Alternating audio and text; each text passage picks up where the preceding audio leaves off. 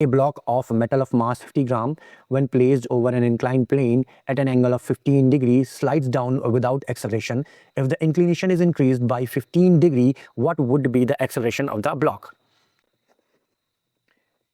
ये एक इंक्लाइन था जो कि 15 डिग्री का था, ठीक है, और इस पर यहाँ एक ब्लॉक रखा था, ठीक है, जिसका मास 50 ग्राम था, मास इज इक्वल टू 50 ग्राम, ठीक है।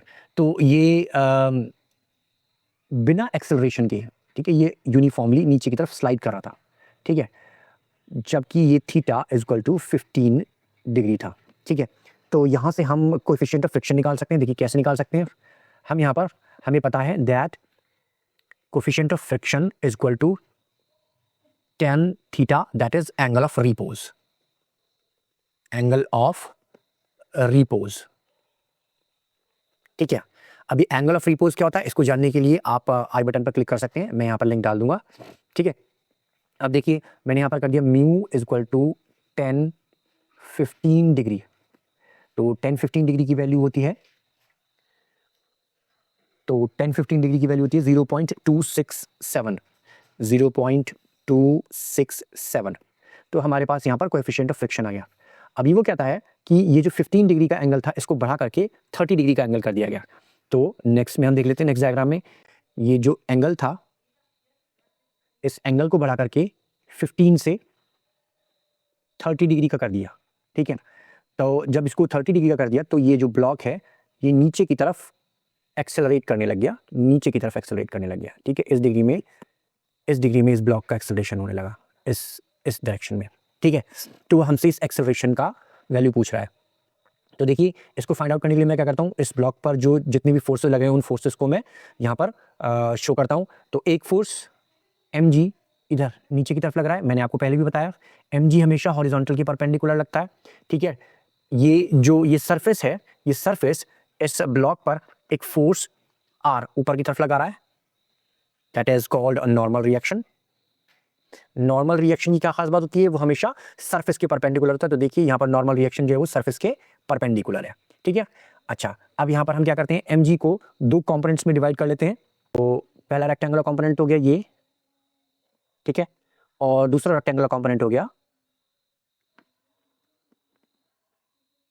ये, हो गया दूसरा रेक्टेंगुलर कंपोनेंट, ठीक है। अब देखिए ये एंगल थीटा जो है 30 डिग्री का था, तो ये वाला एंगल भी 30 डिग्री का होगा, ये एंगल भी 30 डिग्री का, ठीक है। मैंने आपको पहले ही बताया था कि जब भी यहाँ पर ये दो लाइंस, जब भी इस एंगल को यहाँ पर इन दो लाइंस पर ये 90 डिग्री और ये 90 डिग्री हो, तो जो एंगल ये होता है वही एंगल यहाँ पर होता है, ठीक है। तो इसी एनालॉजी को मैंने यहाँ पर अप्लाई किया है। तो ये एंगल 30 डिग्री का हो गया। अब देखिए ये वाला कंपोनेंट, इस वाले कंपोनेंट का नाम हो गया mg sin 30 और इस वाले कंपोनेंट का नाम हो गया mg cos 30, ठीक है।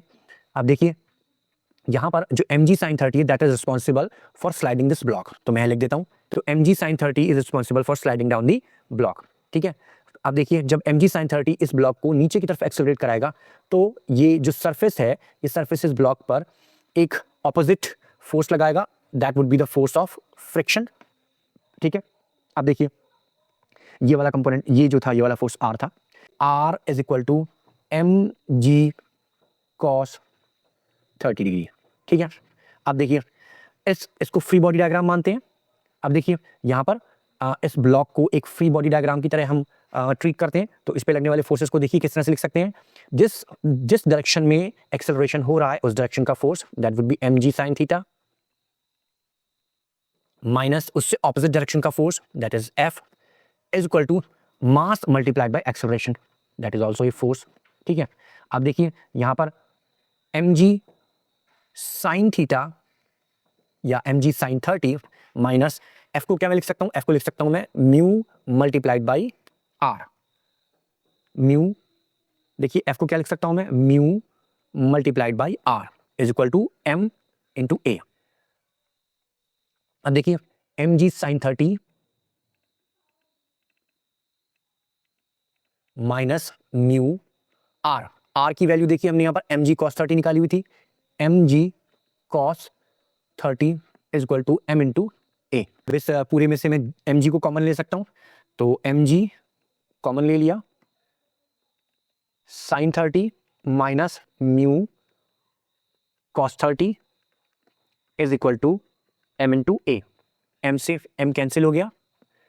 देखिए g sin 30 की वैल्यू 1/2 माइनस म्यू की वैल्यू हमने यहाँ निकाली थी 0.267, cos 30 की value √3/2 is equal to a. ठीक है, g की वैल्यू 9.8, 1.2 दैट इज 0.5 माइनस 0.267, √3/2 को हम लिख सकते हैं 0.866 इज इक्वल टू ए। ठीक है, अब देखिए यहां पर इसको जब सॉल्व करेंगे 9.8 0.5 माइनस 0.267 को 0.866 से मल्टीप्लाई करते हैं, then it becomes 0.231 is equal to a. 9.8 then it becomes 0.261 is equal to a, और इसका 9.8 से मल्टीप्लाई कर देते हैं, then acceleration would be 2.6 metre पर सेकेंड स्क्वायर। यही है हमारा आंसर। यदि आपको ये क्वेश्चन समझ में आया हो तो मेरे चैनल को सब्सक्राइब कीजिए, मेरे वीडियो को लाइक एंड शेयर कीजिए। Thank you for watching.